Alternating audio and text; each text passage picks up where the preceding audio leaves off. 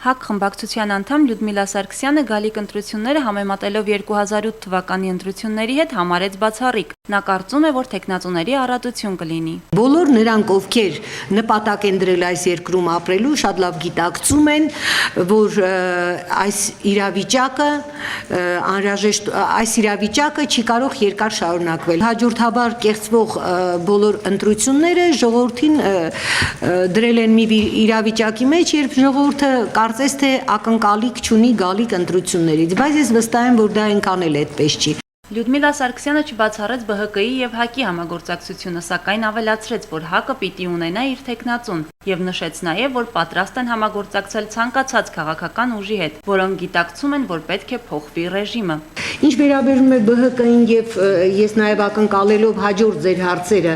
պատասխանեմ, ուրեմն ԲՀԿ-ն եղել է կոալիցիայի մեջ, եղել է իշխանական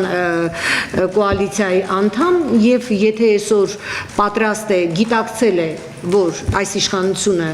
ոչ մի հեռանկար չի ապահովում ժողովրդի համար եւ ուզում է պայքարել, միգուցե եւ ազնվացել է, իսկ ինչու ոչ։ Իշխանությունները այն կարծիքին են, որ Սերժ Սարգսյանը այլ ընտրանք չունի, բայց դա մի քիչ չափից դուրս ինքնավստահություն է, առավել եւս երբ գնահատում ենք իշխանության իրական ուժը, ես համարում եմ, որ մենք ունենք թույլ իշխանություն,